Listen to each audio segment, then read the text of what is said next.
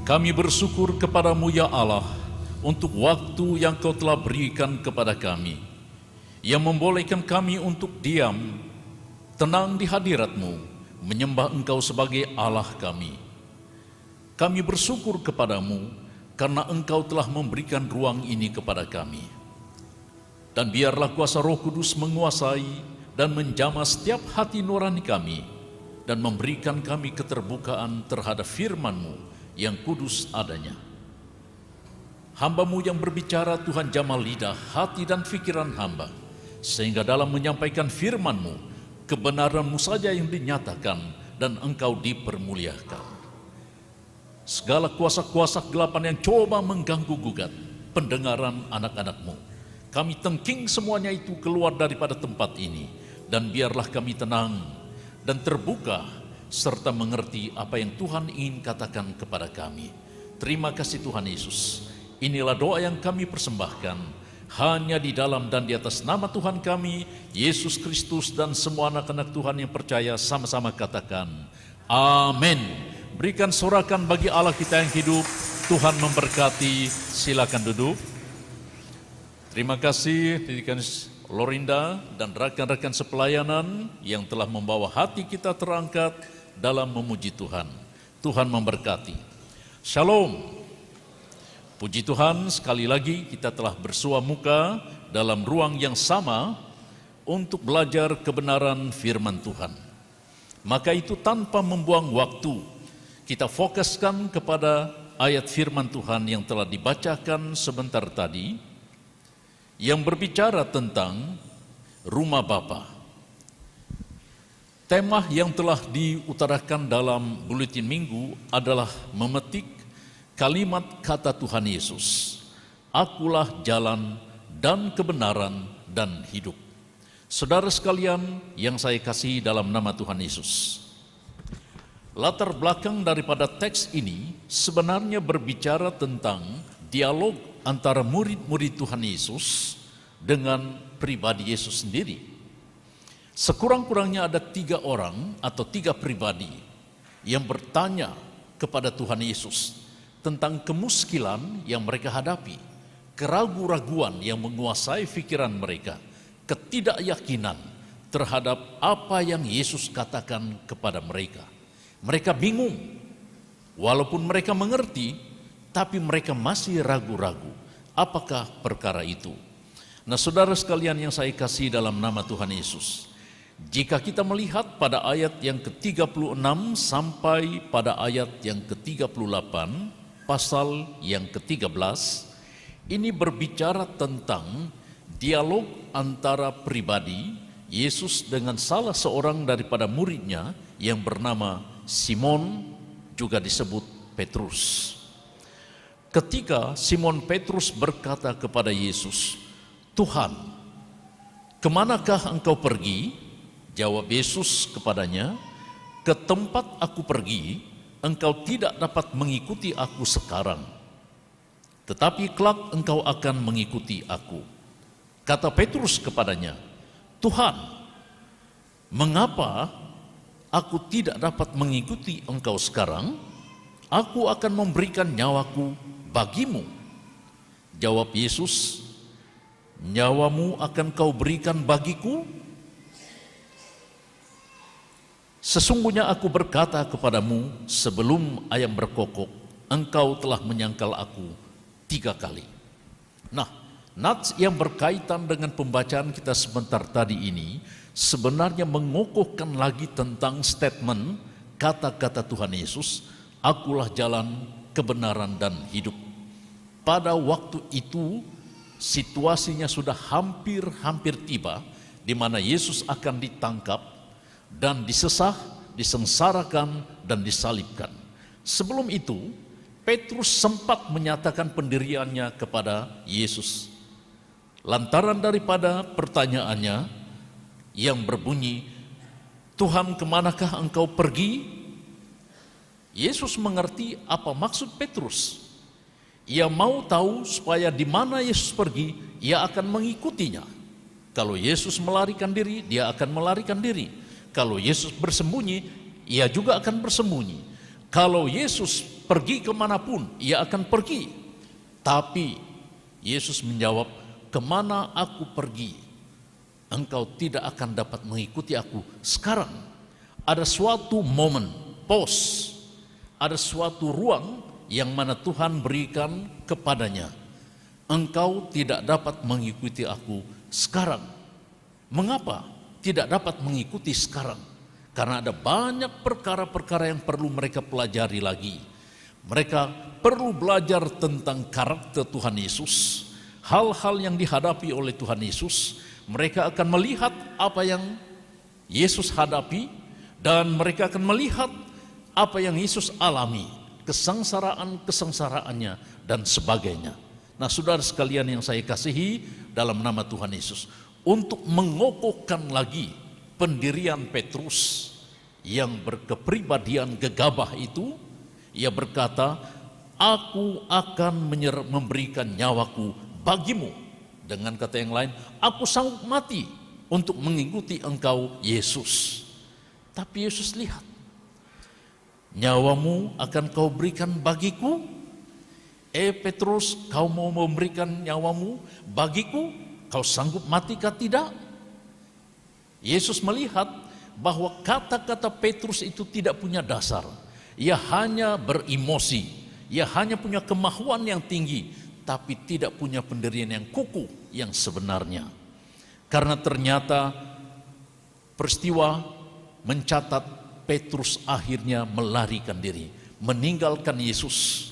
Malah Yesus Petrus mengutuk Yesus dan menyangkal Yesus sebanyak 3 kali. Hal itu telah dinyatakan oleh Yesus, sesungguhnya aku berkata kepadamu, sebelum ayam berkokok, engkau telah menyangkal aku 3 kali. Maksudnya, pada subuh hari, sebelum ayam berkokok, ini menandakan bahwa sebanyak-banyak hewan yang paling awal membangunkan sesamanya adalah ayam. Itu menunjukkan pada subuh hari, sebelum jam 5 pagi. Kemungkinan jam 2, jam 3 atau jam 4 pagi, Petrus sudah menyangkal Yesus. Dan itu sangat nyata daripada penyangkalannya sebanyak 3 kali. Nah, saudara sekalian yang saya kasih dalam nama Tuhan Yesus, sebenarnya Yesus membaca kepribadian murid-muridnya yang ragu-ragu dan gelisah. Sebab itu ia melanjutkan kata-katanya kepada mereka, janganlah gelisah hatimu, percayalah kepada Allah, percayalah juga kepadaku. Ini yang dimaksudkan Yesus, engkau tidak dapat mengikuti aku sekarang, karena ada momen, ada waktu di mana mereka harus belajar sesuatu tentang Yesus. Dan tanpa disadari, pada saat mereka bergaul dengannya, saat itu Yesus mengajar mereka tentang suatu ilmu yang disebut kristologi, bidang yang menghuraikan tentang keilahian Tuhan Yesus dan juga kemanusiaan Tuhan Yesus. Dan Yesus menyatakan itu daripada frasa kata ayat pertama sampai ayat yang berikutnya, ayat yang ke-14, dan disambung dengan ayat-ayat yang lain. Janganlah gelisah hatimu, percayalah kepada Allah, percayalah juga kepadaku. Di rumah Bapakku banyak tempat tinggal. Jika tidak demikian, tentu aku mengatakannya kepadamu. Ayat yang kedua sedikit mengelirukan kita, karena frasa katanya itu tidak menekankan maksud sebenarnya dalam terjemahan lain. Tapi kalau Anda membaca dalam terjemahan versi Bonio, itu sangat jelas. Ayat yang kedua, di rumah Bapakku banyak tempat. Kalau hal itu tidak benar, aku tidak akan mengatakannya kepadamu. Cukup jelas. Kemudian ia melanjutkan, sebab aku pergi ke situ untuk menyediakan tempat bagimu.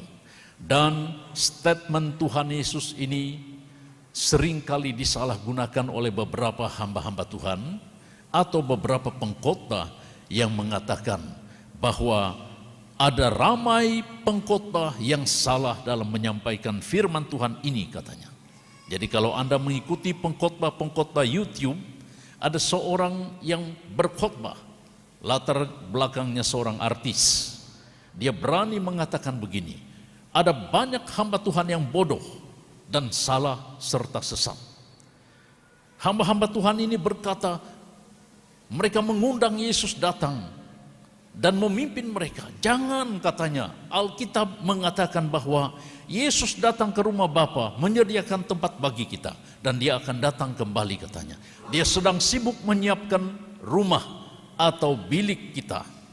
Jangan undang dia turun, katanya. Alkitab menyatakan demikian.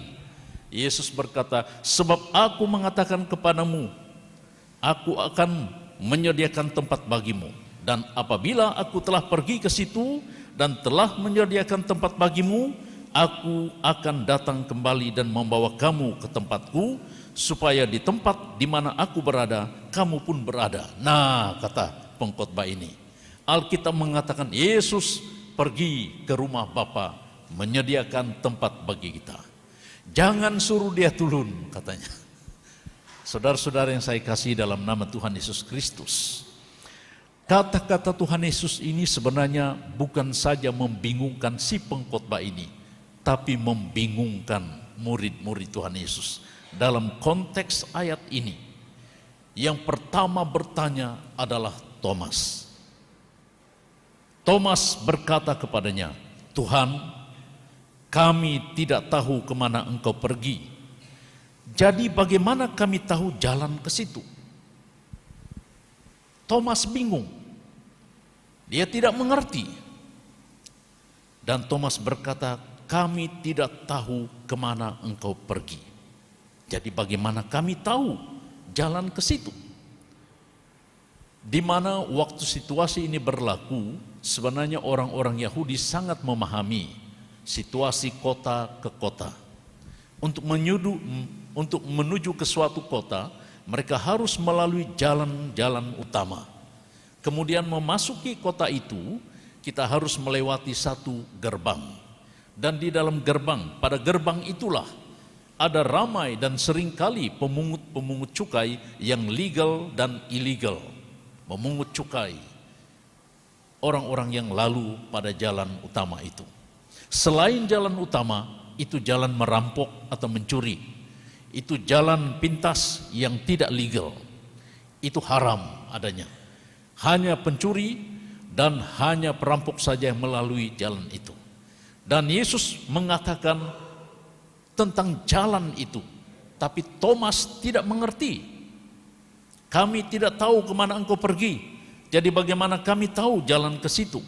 Waktu Yesus berbicara tentang rumah Bapa. Kalau berbicara tentang kota ke kota, mereka tahu. Tapi mereka tidak mengerti karena gerbang mana Yesus harus lewati. Dalam saat inilah Yesus menyatakan tentang kemanusiaan dan keilahiannya kepada mereka. Kita lanjutkan pembacaan ini. Kata Yesus kepadanya, akulah jalan dan kebenaran dan hidup. Tidak ada seorang pun yang datang kepada Bapa kalau tidak melalui aku. Hal ini tambah membingungkan murid-murid Tuhan Yesus. Karena Yesus merangkaikan 3 elemen yang mereka tidak mengerti. Di mana ia alamatkan pada dirinya, akulah jalan. Kalau Thomas berpikir secara biasa, itu kan pribadi, bukan jalan. Apakah dia perlu diinjak-injak untuk menuju ke suatu tempat? Lalu Yesus menyatakan lagi dirinya sebagai kebenaran dan hidup. Tambah bingung mereka. Dan hal ini tidak mudah untuk dimengerti. Hanya Yesus yang tahu dan ia ingin mengajar murid-muridnya supaya mereka memiliki keyakinan dan tidak lagi bimbang, tidak gelisah. Inilah yang dimaksudkannya kepada Petrus di awal ayat ini, pada ayat yang ke-36 sampai kepada ayat yang ke-38, momen, suatu waktu, suatu masa di mana mereka harus belajar tentang keilahian Yesus Kristus. Kemudian Yesus berkata, dan kemana aku pergi kamu tidak tahu jalan ke situ. Pada awalnya kamu tidak tahu, dan saat itulah mereka harus tahu. Mereka harus belajar sesuatu, bahwa jalan sesungguhnya untuk menuju ke suatu tempat yang dialamatkan oleh Yesus, rumah Bapa. alamat ataupun kewarganegaraan kita berada di tempat itu, alamat yang sebenarnya kehidupan kita, karena selama di bumi kita hanya meminjam waktunya saja. Ada suatu waktu kita akan melalui jalan itu, dan kita harus miliki jalan itu dan melalui jalan itu. Dan Yesus pertama-tama berkata, "Akulah jalan." Di dunia ada banyak jalan, dan kebanyakan jalan ini adalah jalan buntu. Walaupun kita sudah sampai ke satu destinasi, tapi destinasi itu tidak menjaminkan kekekalan hidup kita. Kemudian Yesus menyatakan bahwa di bumi ini ada banyak perkara-perkara yang mana itu merupakan jalan. Dan memang benar, semua agama mengaku jalan ke sorga. Mereka berkata, "Kamilah satu-satunya jalan ke sorga." Dan mereka mengajar, agama kamilah yang benar di bumi ini. Inilah jalan menuju ke sorga. Dan semua orang melihat dan mendengarnya. Masing-masing agama berpendirian seperti itu. Apakah non-Kristen, Kristen, Buddhis, Hindu, dan agama-agama yang lain, mereka mengaku mereka ini adalah jalan menuju sorga. Mohon maaf, istilah Kristen bukan jalan ke sorga. Kristen memaparkan tentang makna bahwa kita adalah pengikut Kristus. Kita mengidentifikasi diri kita, percaya kepada Yesus sebagai jalan. Percaya kepadanya sebagai suatu tempat di mana kita akan melaluinya. Namun sebelum itu kita harus berada di dalamnya. Seperti apa yang Yesus katakan kepada murid-muridnya. Ia berkata, "Tidak ada seorang pun yang datang kepada Bapa kalau tidak melalui aku." Satu statement yang meyakinkan, dan disitulah full stopnya. Selain itu tidak ada agama yang dapat mengaku tentang keselamatan dan tidak dapat menjamin keselamatan. Agama hanya mengajar dua perkara. Yang pertama, mereka mengaku jalan menuju surga. Yang kedua, mengaku mengajar tentang kebenaran-kebenaran. Sehingga wujudkan beberapa prinsip-prinsip hidup. Harus buat ini, harus buat itu, harus beramal soleh, harus buat baik, harus hidup suci, dan sebagainya menuju ke surga. Semua agama mengaku jalan ke surga, mengaku mengajar tentang kebenaran, tapi tidak ada agama yang mampu menjamin keselamatan orang ke surga. Hanya Yesus saja yang berkata, "Dan hidup." Tidak ada seorang pun yang datang kepada Bapa kalau tidak melalui aku. Statement inilah yang menjadi dasar pengakuan orang Kristen dan menjadi dasar apologetik, ilmu mempertahankan iman orang Kristen. Dan apabila mereka diserang, kita hanya membaca statement ini, kemudian kita kembangkan. Dasarnya hanya di dalam Yesus Kristus. Dan itu memang benar.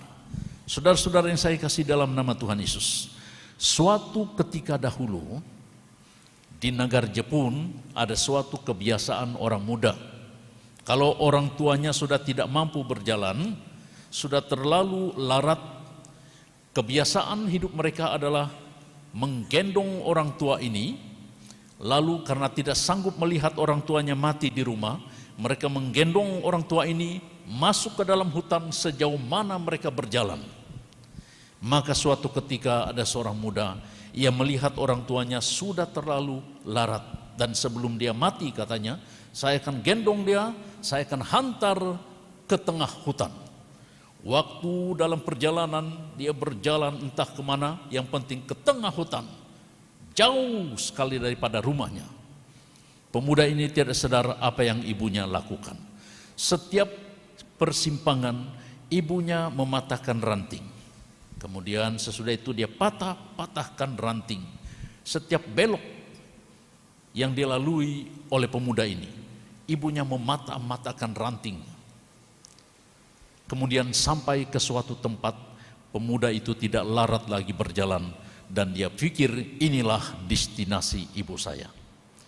Dia turunkan ibunya, katanya, "Ibu, saya akan pulang." Nah, ibunya berkata, "Nak, sebelum kamu pulang, saya mau katakan satu perkara.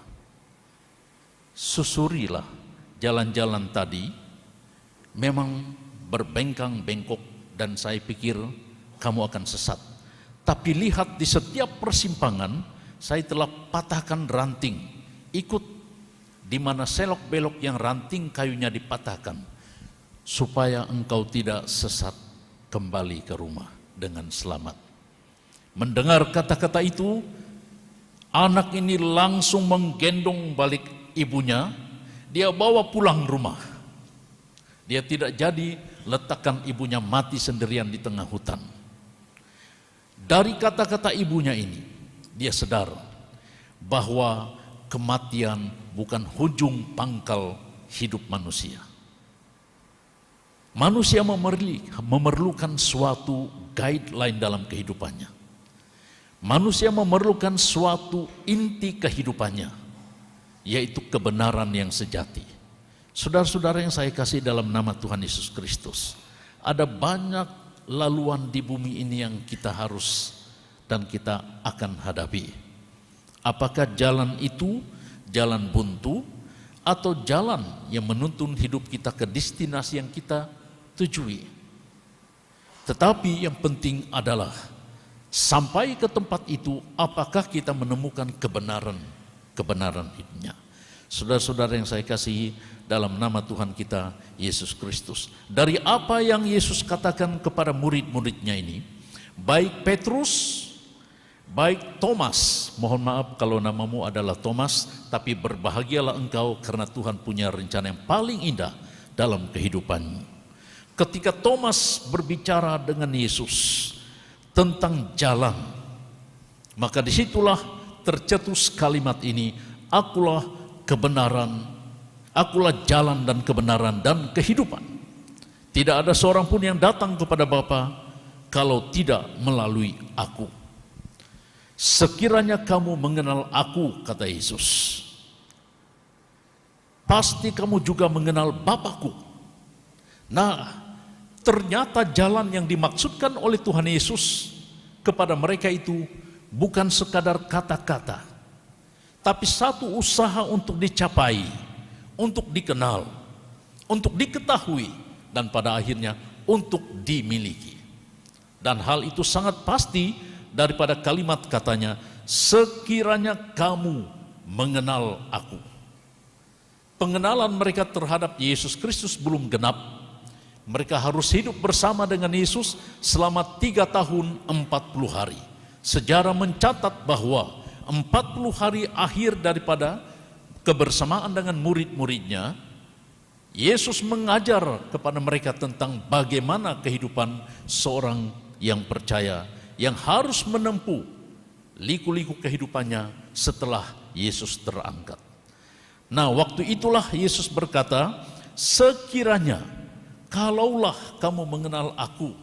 Kata mengenal di sini bukan sekadar mendengar kata Yesus, tapi mengenal maksudnya mencari tahu siapa Yesus yang sebenarnya. Yang tadinya saya katakan tanpa sadar, murid-murid Tuhan Yesus sedang belajar tentang suatu bidang yang disebut kristologi, suatu bidang yang menghuraikan tentang keilahian dan kemanusiaan Tuhan Yesus yang lain daripada yang lain. Mereka harus bandingkan dengan tokoh-tokoh agama dengan pribadi Yesus. Yesus tampil sebagai orang yang berbeda. Ia tidak melakukan dosa. Cara pikirnya berbeda dengan pemimpin-pemimpin Yahudi, pemimpin-pemimpin agama Yahudi yang hanya syarat terkandung dengan hukum-hukum. Cara berkata Yesus juga berbeda dengan pemimpin-pemimpin agama Yahudi. Cara kerjanya, kelakuannya, kepeduliannya, kemana ia pergi, ada saja perkara yang baru ia lakukan yang membuat orang berpikir, siapakah Yesus ini? Sebab itulah ia berkata kepada murid-muridnya, "Sekiranya kamu mengenal aku." Inti daripada kata itu adalah, apakah kamu mengenal aku? Sungguhkah kamu percaya kepadaku? Kamu kenalkah karakterku? Apa yang aku lakukan? Itu sebenarnya rangkaian daripada pertanyaan-pertanyaan. Sekiranya kamu mengenal aku. Dan kalau betul mereka mengenal Yesus, pasti mereka juga mengenal Bapa. Nah, ketika kita berbicara istilah Bapa di dalam anak, anak di dalam Bapa, bagi kita itu sangat membingungkan. Tapi bagi orang Yahudi ini mudah untuk dimengerti, karena ini adalah terkandung dalam kesusastraan atau kata-kata sastra orang Yahudi. Kalau satu perkara disentuh berkaitan dengan perkara yang lain, mereka mengerti maksudnya. Termasuklah anak di dalam Bapa, Bapa di dalam anak. Itu maksudnya satu saja. Maksudnya tidak ada perbezaan. Sebab itulah ia berkata, pasti kamu juga mengenal Bapakku. Sekarang ini kamu tidak mengenal dia dan kamu telah melihat dia. Kamu tidak mengenal dia, tapi kamu melihat dia. Karena Bapa yang dimaksudkan Yesus kepada mereka itu mungkin dalam dimensi yang lain. Tapi Yesus katakan, kamu mengenal dia.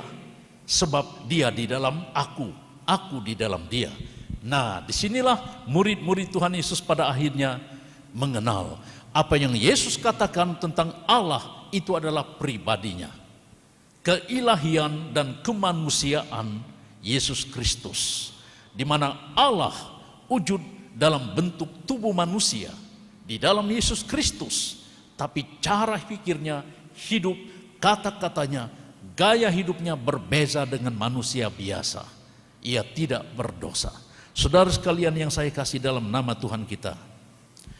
Kemudian rangkaian pertanyaan itu berlanjutan. Sesudah Thomas memiliki pertanyaan dan jawaban, disusuli oleh rakannya yang bernama Filipus. Mohon maaf sekali lagi kalau namamu Filipus, tapi kisah ini mungkin sangat berarti bagi Anda. Kata Filipus kepadanya, Tuhan, tunjukkanlah Bapa itu kepada kami. Kalau Thomas bingung tentang jalan, Filipus bingung tentang Bapa. Sementara Petrus sangat gegabah, ia tidak tahu apa yang dia katakan, sehingga sanggup menyerahkan nyawanya bagi Yesus. Yesus sedikit menyindirnya, menyerahkan nyawamu bagiku? Kau sanggup mati bagiku? Maksudnya tidak mungkin, katanya. Bila engkau akan melihat penderitaanku, engkau akan menyesal. Dan memang betul, sebelum ayam berkokok, Petrus menyangkal Yesus. Nah, orang yang ketiga, Filipus, tunjukkanlah Bapa itu kepada kami, itu sudah cukup bagi kami. Dia mau jalan pintas.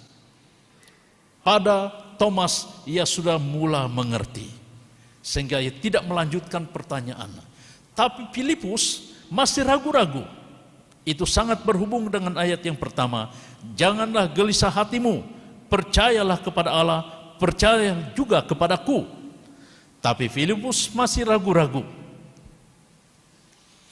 Dalam pikirannya mungkin berkata, kalau Bapa itu betul di dalam dia, tunjukkanlah.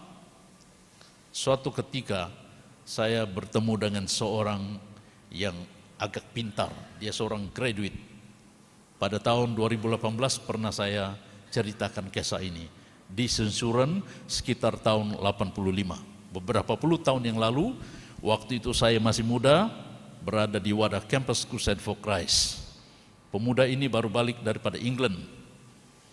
Saya menyampaikan firman Tuhan kepadanya melalui buklet 4 hukum rohani. Lalu dia berkata dengan saya, kalau betul Allah itu ada, tunjukkan kepadaku di depanku supaya aku dapat percaya. Tunjukkan kalau Allah itu ada, katanya. Oh, saya katakan permintaan kamu seperti seorang anak kecil.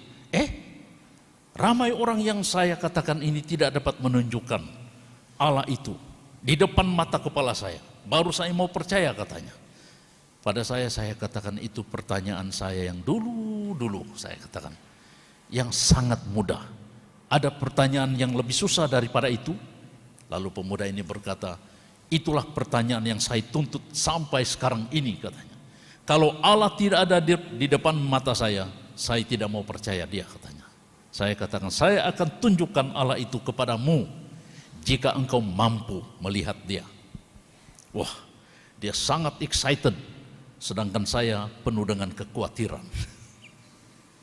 Saya katakan, matilah saya hari ini. Tapi saya katakan, Tuhan pakai kalimat kata saya, berikanlah saya kebijaksanaan. Apa yang harus saya katakan kepada pemuda ini? Dia menuntut sekarang juga. Mampukah saya menunjukkan engkau wujud di depannya? Saya tidak menuntut satu mujizat yang nyata, tapi saya mau Tuhan pakai akal dan kata-kata saya. Itu saja sudah cukup.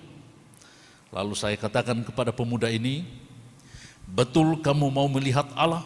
Betul, sekarang juga saya mau percaya kalau dia wujud.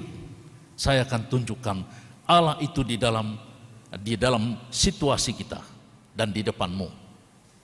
Tapi mari kita belajar perbuatan Allah dulu, step by step. Kenapa bukan terus Allah? Kalau kita mau masuk rumah harus ikut tangga dulu, saya kata. Kalau masuk melalui jendela itu pencuri, betul? Betul juga katanya. Lalu kami step by step.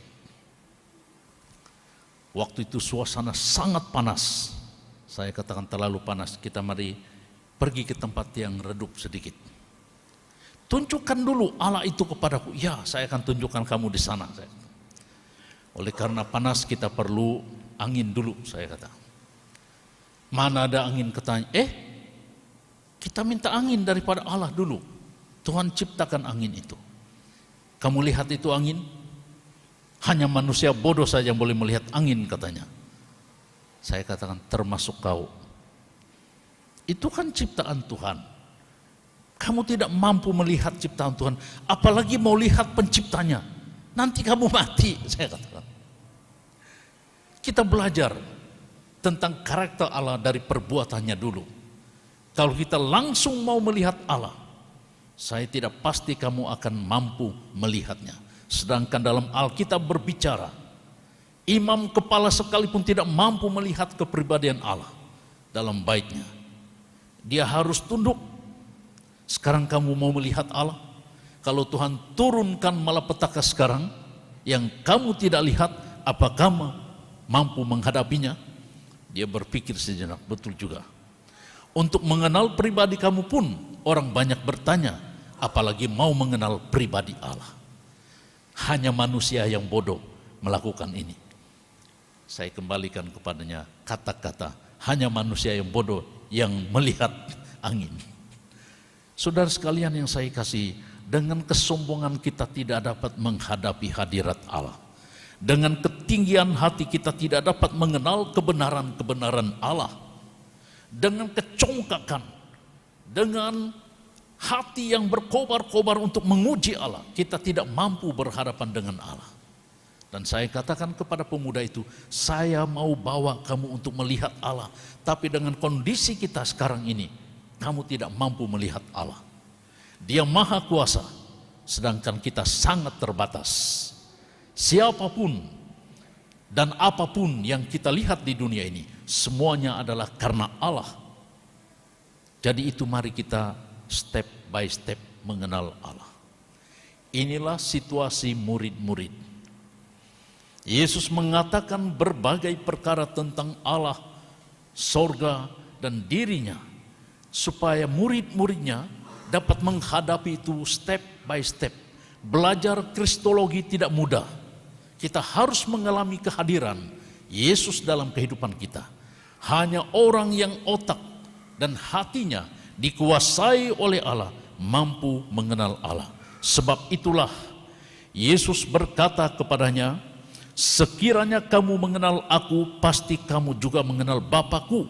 Sekarang ini kamu mengenal dia dan kamu telah melihat dia, tapi mereka masih ragu-ragu. Kemudian Yesus berkata kepadanya, kata Yesus kepadanya, telah sekian lama aku bersama-sama kamu, Filipus. Mohon maaf, jangan tersinggung Filipus yang di sini. Ini Filipus abad pertama. Telah sekian lama Aku bersama-sama kamu Filipus, namun engkau tidak mengenal aku. Barang siapa telah melihat aku, ia telah melihat Bapa. Bagaimana engkau berkata, tunjukkanlah Bapa itu kepada kami? Kalau saya adalah Filipus, saya sangat berbahagia mendengar kata-kata Yesus. Saya tidak perlu mempersoalkan di mana Bapa itu, karena ada di dalam pribadi Yesus Kristus. Ia hanya dapat dimiliki melalui satu cetusan yang disebut iman.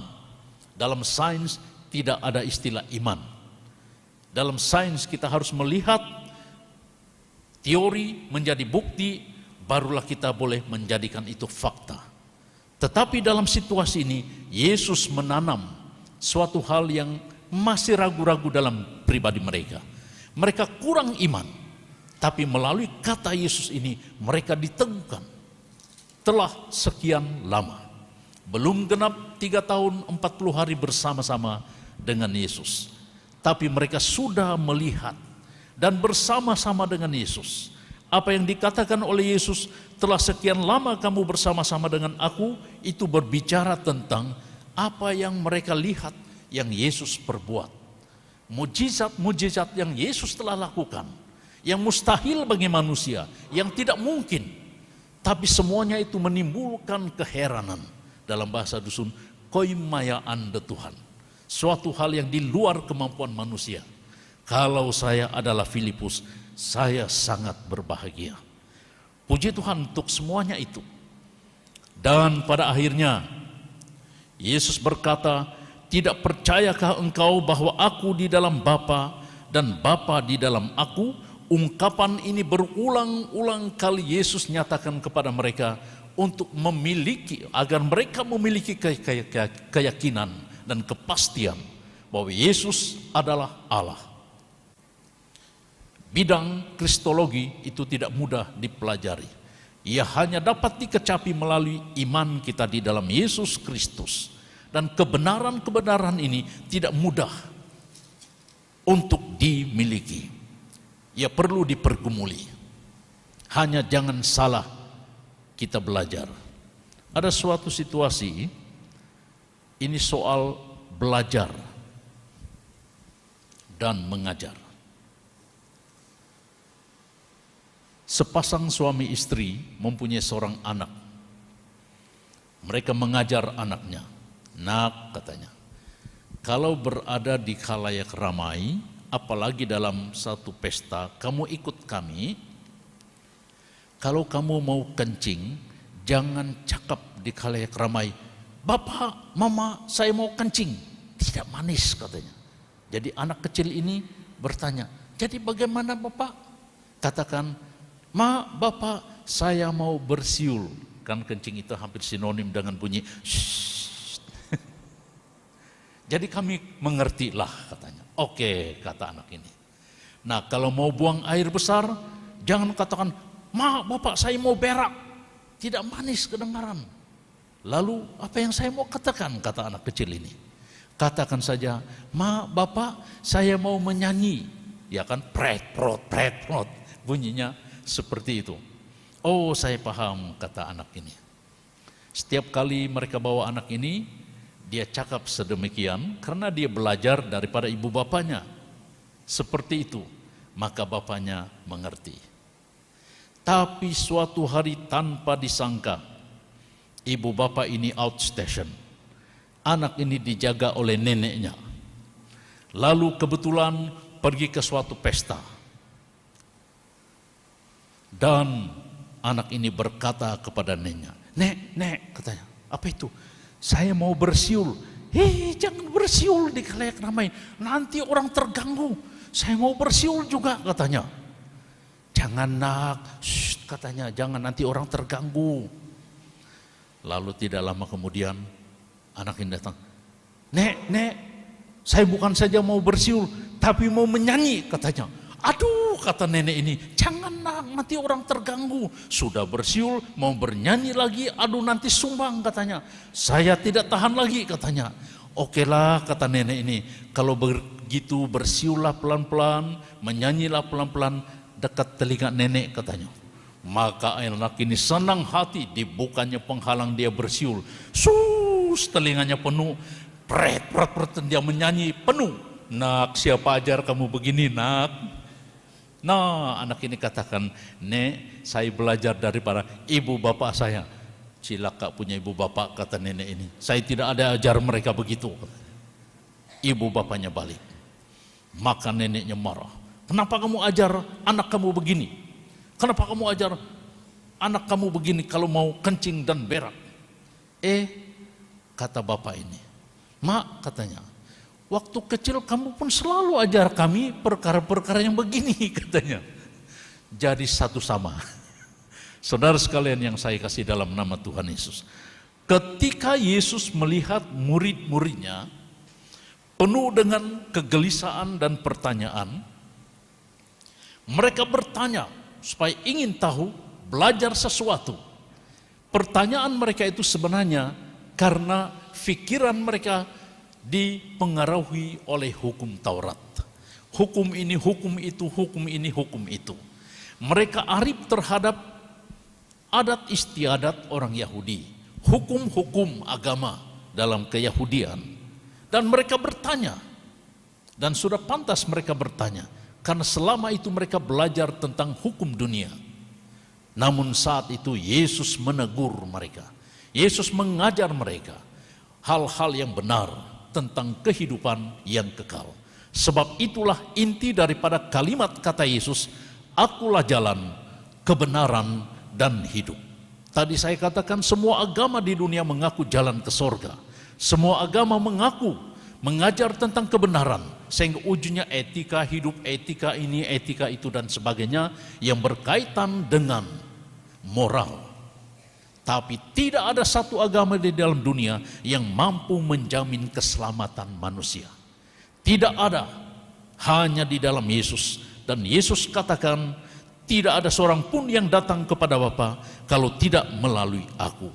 Saudara-saudara yang saya kasih dalam nama Tuhan Yesus Kristus, daripada pernyataan Alkitab menurut Kesah dalam konteks ini, kita memiliki suatu kepastian bahwa Allah yang kita sembah itu adalah Allah yang sungguh, yang dikenal di dalam pribadi Yesus Kristus, yang menyatakan tentang keilahian dan kemanusiaannya.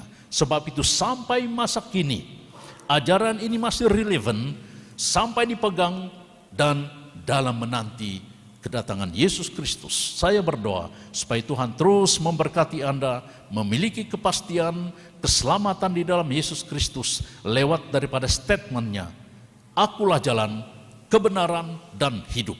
Katakan amin. Amin. Mari kita tunduk bersama. Tuhan memberkati. Kami bersyukur kepadamu ya Tuhan, untuk kebenaran firman-Mu yang telah kami pelajari sebentar tadi, berkaitan dengan pengajaran-Mu kepada murid-murid pada ketika itu, dan Engkau telah memberikan confirmation kepada mereka bahwa Engkau adalah jalan, kebenaran, dan hidup. Tiada seorang pun yang datang kepada Bapa kalau tidak melalui Engkau. Inilah inti iman kami di dalam Engkau ya Bapa. Engkau bukan hanya berkata-kata, tapi Engkau merealisasikan semua apa yang Engkau katakan itu, sehingga Engkau sanggup tergantung di kayu salib, mati, dikuburkan, tapi Engkau tidak lupa bangkit, dan kebangkitan-Mu itulah yang menyatakan tentang keilahian Engkau sebagai Allah yang hidup. Kami beruntung karena mempunyai Yesus dalam kehidupan kami. Untuk itu kami sematkan firman Tuhan ini ke dalam hidup kami, menjadi sulu dan pedoman hidup setiap waktu, sehingga nama Tuhan diagungkan tinggi dan dipermuliakan. Terima kasih Bapa. Inilah doa yang kami panjatkan bersama, hanya di dalam dan di atas nama Tuhan kami, Yesus Kristus, dan semua jemaat yang percaya sama-sama katakan amin. Berikan sorakan bagi Allah kita yang hidup. Tuhan memberkati.